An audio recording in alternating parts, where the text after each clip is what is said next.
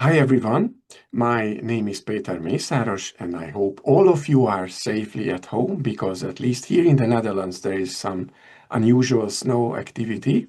But my guest today is Grant Mourre, the CEO and director of SPC Nickel Corporation. We met in New Orleans in November and I found this company very interesting. I have also a small speculative position, I have to tell you. And it is a speculation in my framework because I am not paid to hold it. The company is not paying dividends. It's not producing yet. And I am also looking forward to learning more. Therefore, thank you for being here and that you agreed to provide us with a comprehensive introduction. Thanks, Peter. Uh, Thanks for having me. Yeah, thank you. I have a list of the most important questions, and I thought we could start with a short introductory segment of about 5, 10, 15 minutes, as much as you like, where you could introduce the company to new investors. So please take it away. Okay. Well, as you mentioned, my name is Grant Mourre. I'm the CEO of SPC Nickel Corp. A little bit about myself. I'm a geologist by training and have been in the business for around 25 years. Mainly my expertise, and I use that word lightly, is focused around magmatic sulfides. So nickel, copper, platinum, palladium deposits is what my exploration has been in throughout Canada primarily. And, SPC took shape in 2021. That's when we took the company public and listed on the TSX. We're listed under the ticker symbol SPC. And, our philosophy has changed a little bit, but still remains focused on magmatic sulfide. So polymetallic copper, nickel, precious metal deposits. Initially, the company was focused on assets within the world-class Sudbury mining camp, which, if your viewers know, is probably the second largest nickel copper PGE camp in the world next to Norilsk in Russia. So that's where we started and incubated the company on a couple assets in Sudbury. And we are still actively advancing one of those properties called Lockerbie East. And that's where I've kind of spent my time in Sudbury doing exploration. And frankly, you're hard pressed to find a better jurisdiction in at least North America to do exploration than in Sudbury. But you can't sit back and rest on your laurels and stick with one project. So we look to expand into new projects and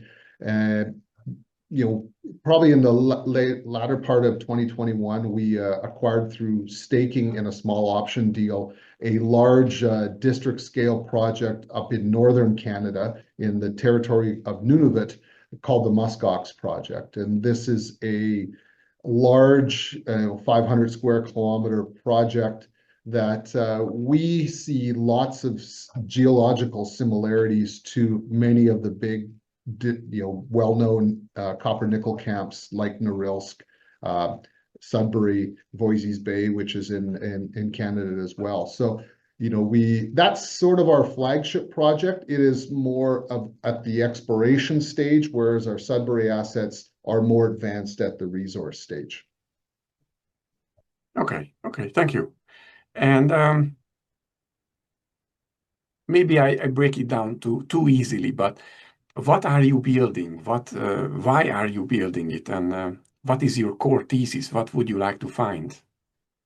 Yeah, ultimately, like I said, we have two projects at different ends of the spectrum. I think ultimately what we want to do is we want to make a discovery. We want to make a significant new polymetallic discovery that, whether or not we put something like that into production or not, would be a discussion for down the road. But ultimately, making a new significant discovery is what the focus of the company is. Our Sudbury assets, being that they are closer to production, gives us lots of flexibility, whether that is to bring a partner in on it, sell those assets, or to put that project into production and allow that project to generate revenue for the company that we can funnel into our other kind of asset that we feel has more of a district scale opportunity. Okay, so you mentioned there is size, so that's a good point. And also you mentioned the 25 years of experience. Could you please expand a little bit more on past successes and Yeah. the strength of the management? Certainly. So for me personally, like I said, about 25 years based in Sudbury doing exploration in Canada. During that time, I was involved in a couple discoveries in the copper nickel PGE space. One was located, well, both were in Ontario. One was in Western Ontario, where we won the Discovery of the Year award for a project called Sunday Lake, which was actually a joint venture with Impala Platinum at the time. And then earlier on in my career, I worked for Falconbridge Limited, which eventually turned into Glencore, and was part of a significant discovery in the Sudbury Basin called Nickel Rim South, for which the team at Falconbridge won the PDAC's Discovery of the Year award. So, that's my background. Our team as a whole is a seasoned team with the vast majority of our experience being in, I would say, the nickel copper PGE space, ranging from exploration to mine builders. So we have engineers on the boards that have 40, 50 years of experience working for the Incos, the Falconbridges, building mines in Sudbury. So a really strong technical board with some capital markets experience with a couple of our board members. Okay, thank you. And I hope you don't mind if I make it. I also have some basic questions, some beginner questions, because my goal is that I would like to introduce this or to be understandable for everyone, also the beginners. You mentioned that you are public since 2021. Yeah. Is this normal that to make a discovery takes so many years? Is that I would say, yeah, I would say if you kind of looked at all the cases, I mean, making, I think regardless of the commodity, making a significant, I mean, we're not necessarily talking about a world-class deposit, but making something that moves the needle in a new discovery is really quite rare in our space. And, I'm sure there's lots of statistics and numbers, but, the vast majority of exploration companies never discover anything that turns into a producing mine. So it is a challenge, and it just shows the effort that's required to make the discovery is just the first step in a long road to securing permits, engineering, metallurgy, to actually putting something in production. So it is a challenge for sure. What helps us in some cases is the fact that we are working. One of our projects is in the Sudbury mining camp, which has got 160 years of history. There's currently 8 producing mines, 2 mines being built, and there's probably 30 to 40 historical mines over that 160 years. So as difficult as it is to find something, the next challenge is being able to develop that. And when you're in an area where you're in a mining community, it certainly helps, but it doesn't make it any easier. It is it is a challenge, but that's what this business is. It's risk reward, and if you are one of the few companies that makes those successful discoveries, the reward is pretty substantial. Yeah. Thank you, and thank you for mentioning the surrounding environment, because that was very positive, and I think one of 3,000 projects will be a mine. Yeah. So that sounds right. It's But first, we should find the big prize. If I please correct me if my question is needs some adjustment, but what is the current value proposition? What am I buying now? Well, what you're buying is kind of a company with two assets Mhm. and in the polymetallic space. And I think, even though our name has nickel in it, and a lot of people are still down on nickel, although the price has rebounded quite well in the new year, I think what is key is this polymetallic nature, and that is multiple quantities within the deposit. And in our case, it's nickel, copper, cobalt, platinum, palladium, gold, silver. And what these represent is, these are some of the most valuable deposits on the planet, and they're extremely difficult to find.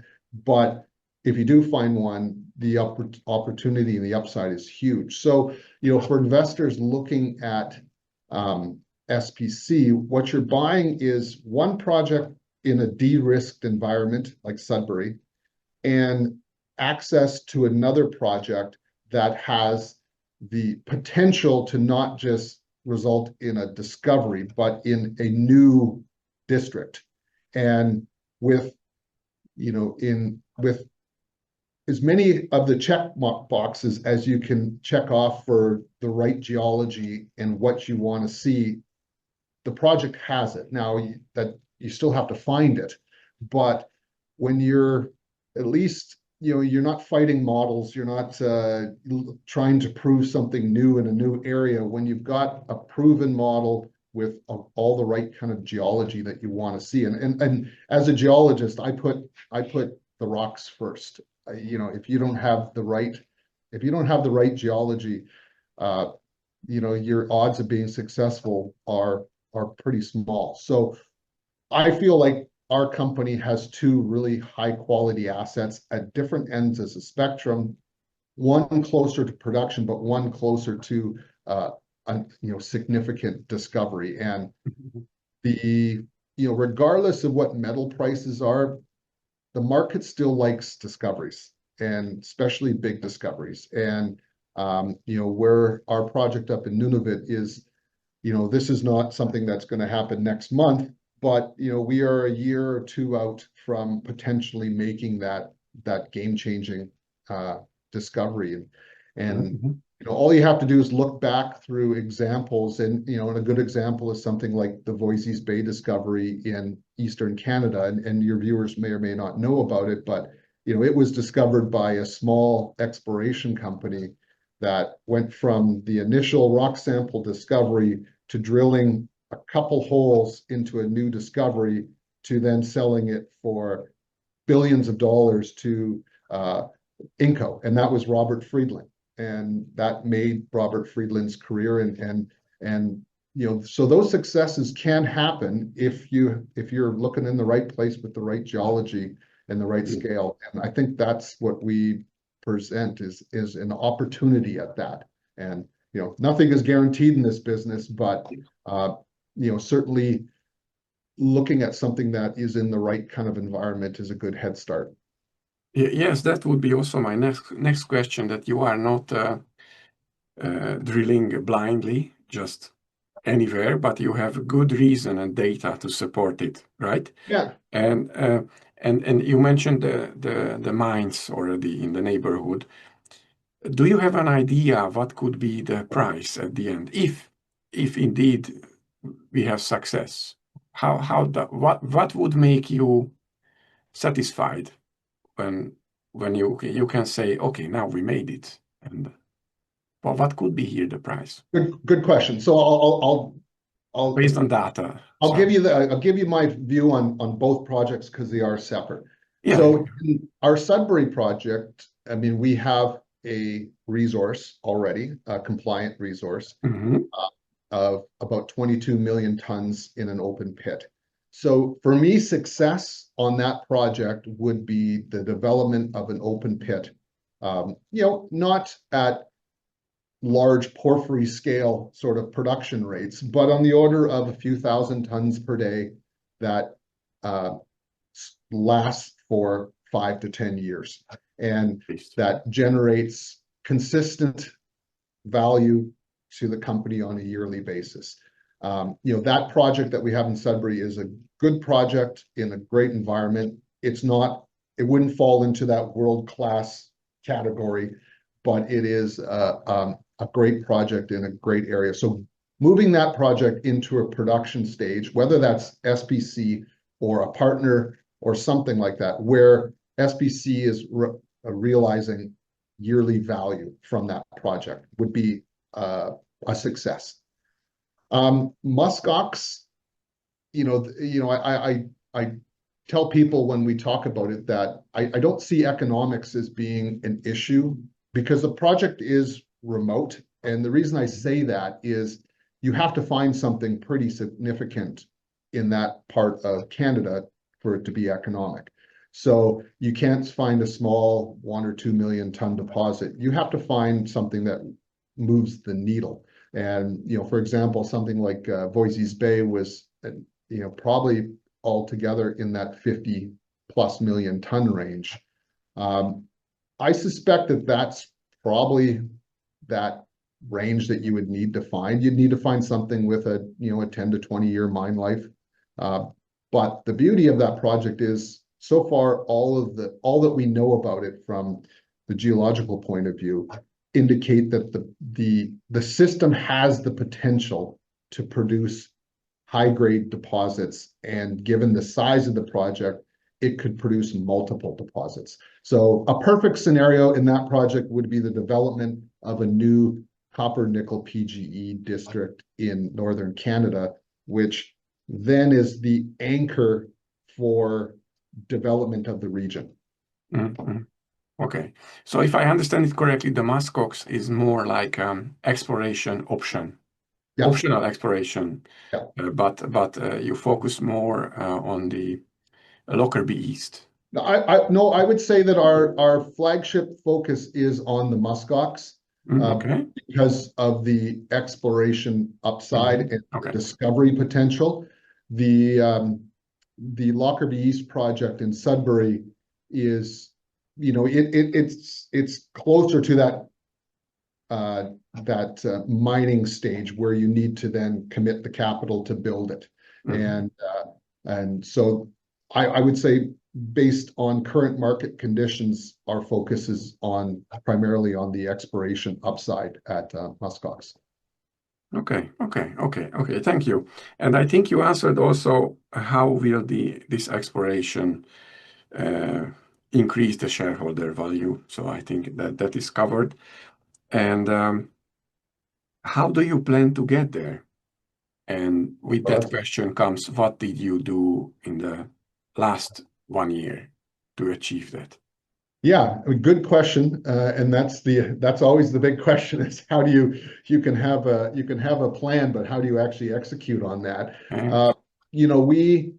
We last year we developed a 4-year plan for our muskox project, and last year was year 1. And previous to that, we had done work on the project, but nothing really too substantial to really move the needle on advancing the project. So that ties into why we completed the financing that we did at the beginning of earlier in 2025. And with the support of our number 1 shareholder, which is Dundee Corporation, we developed this plan that would ultimately get us to a drill-ready stage by either the end of year 2 or the beginning of year 3.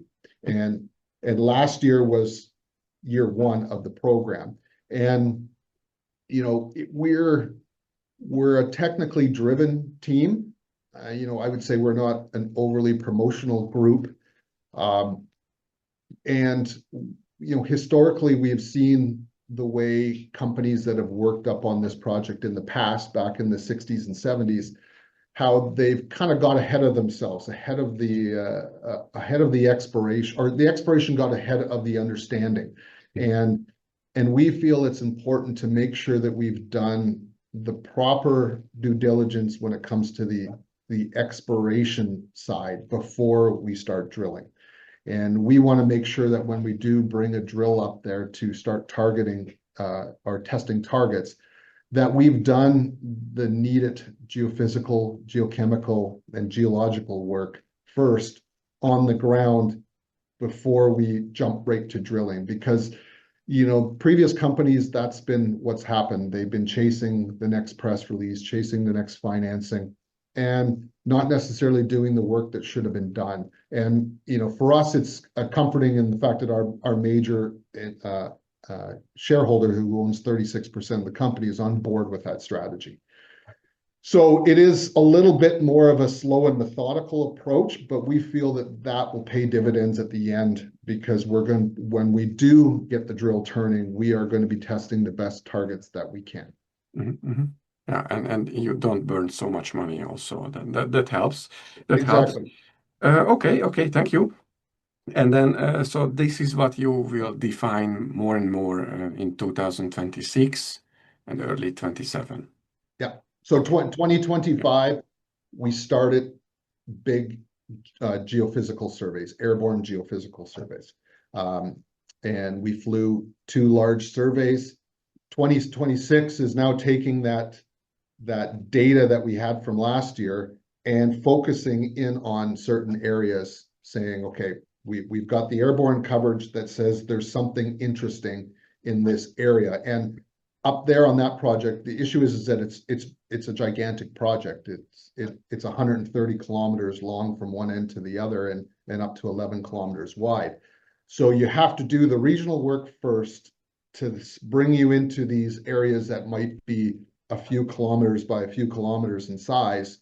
And that requires the geophysics on the ground, the people on the ground, to then narrow it down to 3 or 4 drill targets in that area. And we will have multiple areas like that.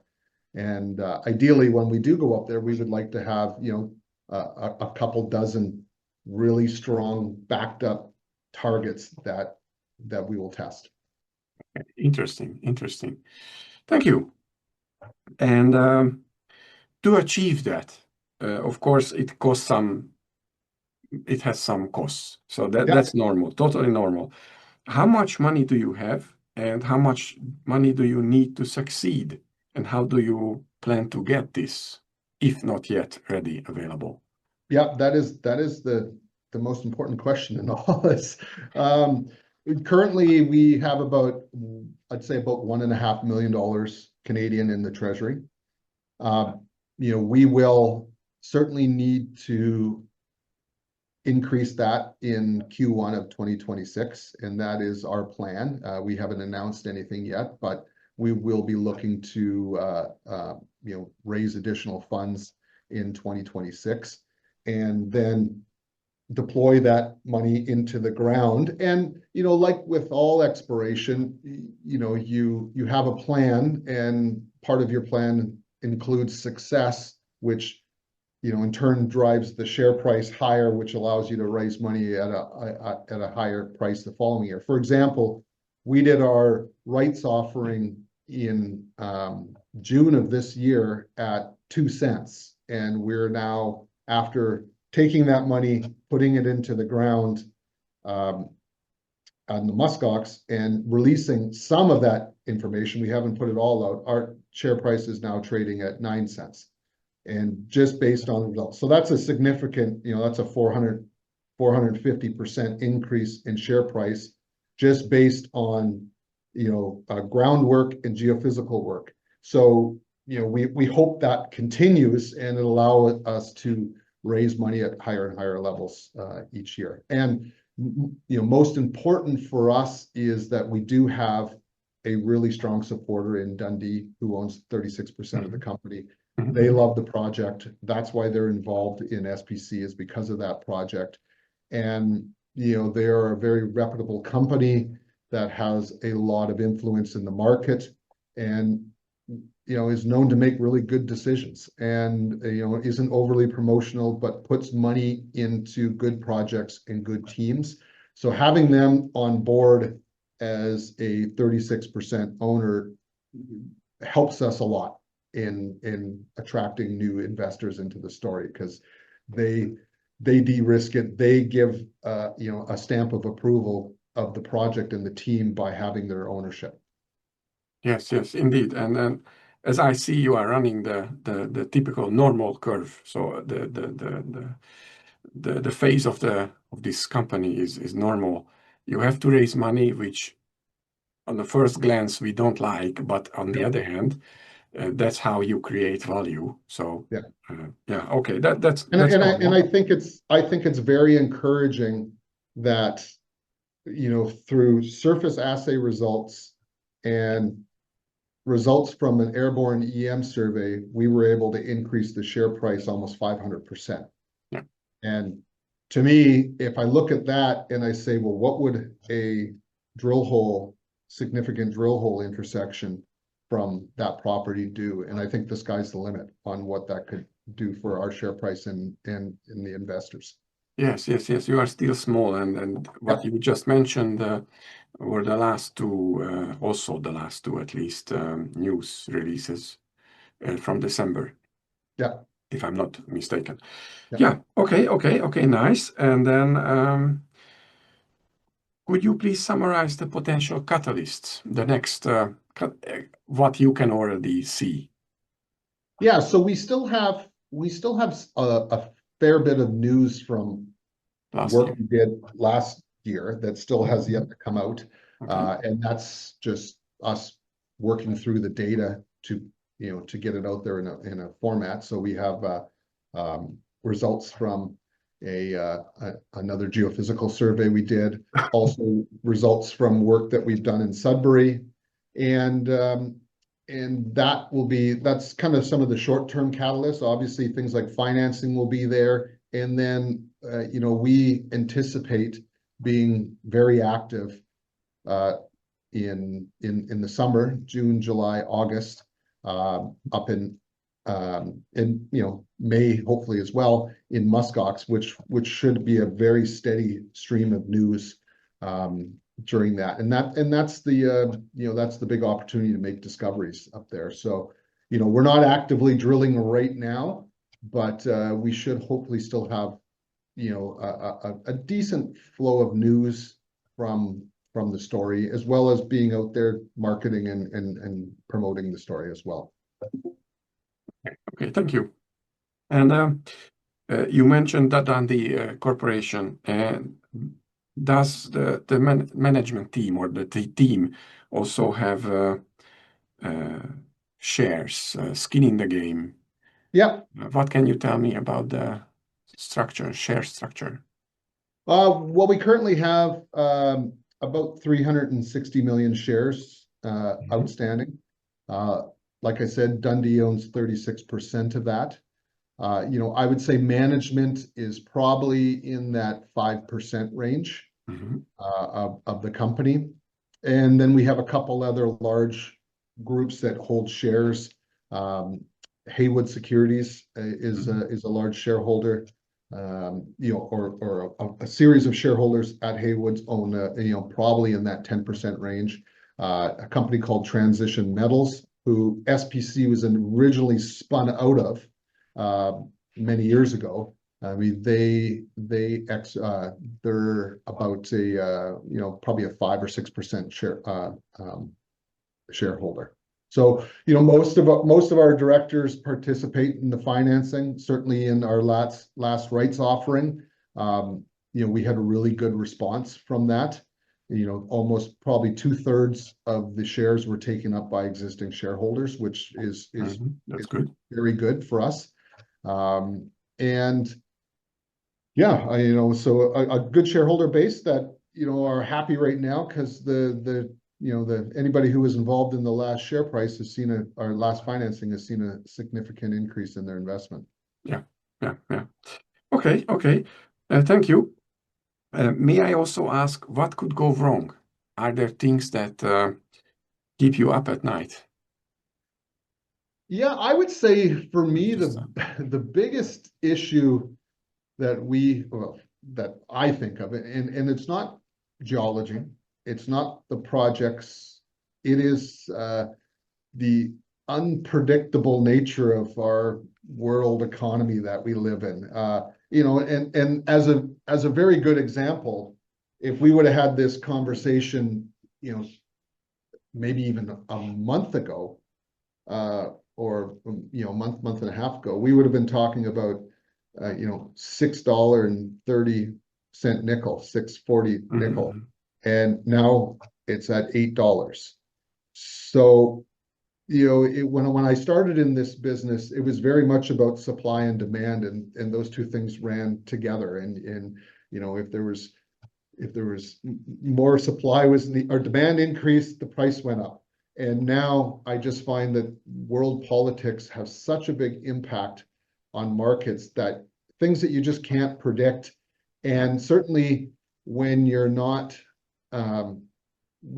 cashed up, when you don't have the money for the program in the bank, there's always world events that can happen that will catch you off guard, and you may not be able to raise the money that you hoped. I mean, I think in the current environment that we are in, that we certainly will be able to raise the money that we want to raise. But that is, the things that you can't control are the things that are my biggest concern in this business. Yeah, yeah. I understand. I understand. Okay, okay, thank you.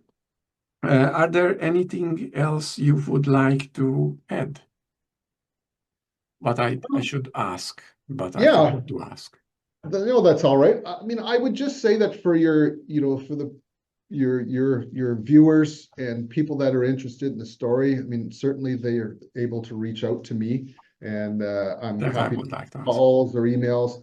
But I think what really should stand out is, like I said, I've spent 25 years in this business, in this sort of commodity space.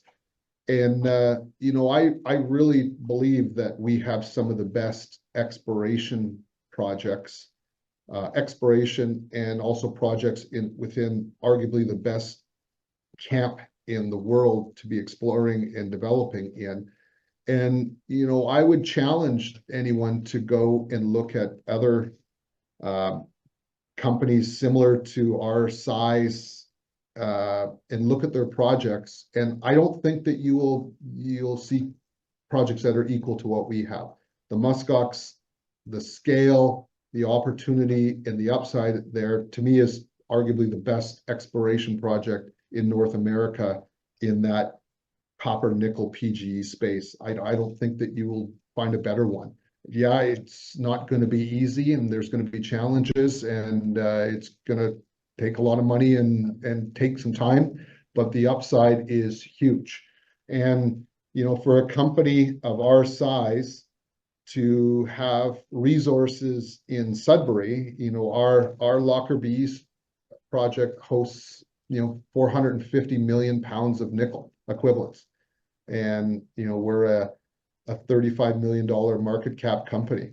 And the project, you can drive your car to it. There's power at it. It's right beside a producing mine, and a past producing mine. So the quality of our assets in a company like us, I think, really separates us. And although we have seen a run up in the stock, I think the upside is still huge. It's nothing yet compared Yeah, to the price. yeah. Okay. Thank you. So, okay, I put the company website Okay. link to the video description as well, and then people can find you if they have more questions. Okay, I think we can wrap up there for now. Thank you very much for taking the time to No meet problem. with us and answer my questions. I believe it was beneficial to everyone. Thank you. And certainly, if you have if any of your clients or your followers would like to get in touch with me directly, feel free. Like I said, we are looking at doing something in the first quarter of the year, and happy to discuss it with a bigger group if you felt like there was interest in the story. Okay, thank you very much. All right, take care.